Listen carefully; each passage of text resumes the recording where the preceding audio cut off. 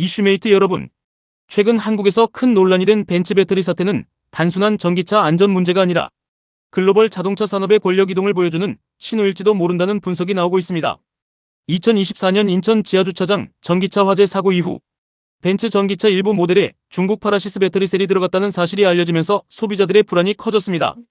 일부에서는 자동차 제조사들이 배터리 공급 정보를 충분히 공개하지 않았다는 비판도 제기되었습니다.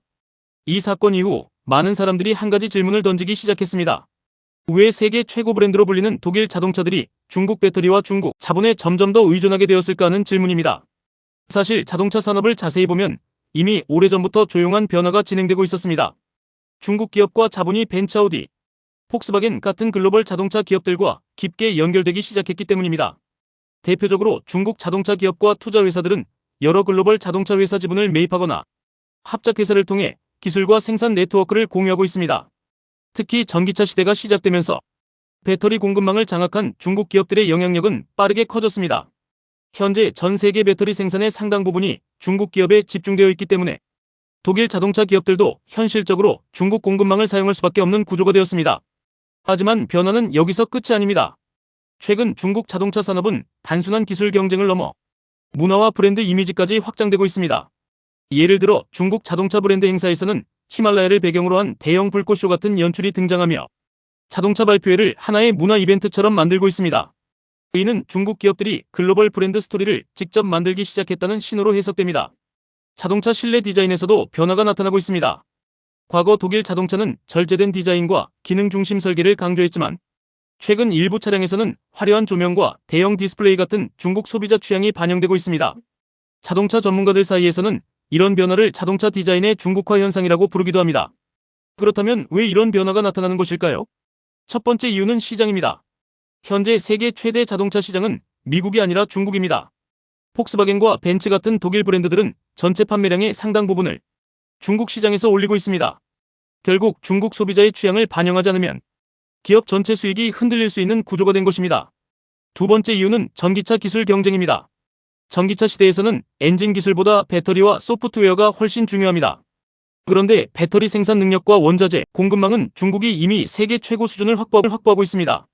독일 자동차 기업 입장에서는 기술 경쟁력을 유지하기 위해 중국 기업과 협력할 수밖에 없는 상황이 된 것입니다. 세 번째 이유는 자본의 흐름입니다. 최근 글로벌 기업 지분 구조를 보면 중국 투자 자본이 여러 자동차 회사에 들어가 있는 사례가 점점 늘어나고 있습니다. 직접적인 경영권을 장악하는 수준은 아니지만 전략적 파트너로서 영향력을 확대하고 있다는 분석도 있습니다. 네 번째 이유는 정치와 산업 전략입니다. 중국 정부는 전기차와 배터리를 국가 핵심 산업으로 지정하고 막대한 지원을 해왔습니다. 그 결과 중국 기업들은 규모와 가격 경쟁력에서 매우 강력한 위치를 확보하게 되었습니다. 이러한 상황에서 독일 자동차 기업들은 전통적인 엔진 중심 산업에서 전기차 중심 산업으로 빠르게 전환해야 하는 압박을 받고 있습니다. 결국 지금 자동차 산업에서는 하나의 큰 변화가 진행되고 있습니다.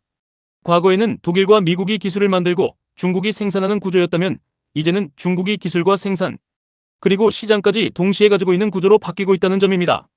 하지만 이런 변화에 대해 우려하는 목소리도 점점 커지고 있습니다. 첫 번째 우려는 공급망 의존 문제입니다. 배터리나 핵심 부품 공급이 특정 국가에 지나치게 집중될 경우 정치적 갈등이나 무역 분쟁이 발생했을 때 자동차 산업 전체가 큰 충격을 받을 수 있습니다. 실제로 최근 미중 기술 갈등 속에서 많은 국가들이 배터리와 반도체 산업을 자국 내에서 확보하려는 이유도 바로 이 때문입니다. 두 번째 우려는 기술 유출 문제입니다.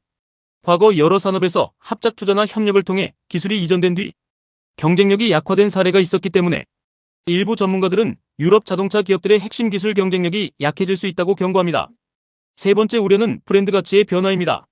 벤츠와 아우디 같은 브랜드는 오랫동안 독일 기술력과 장인정신이라는 이미지를 통해 프리미엄 브랜드로 자리 잡아왔습니다.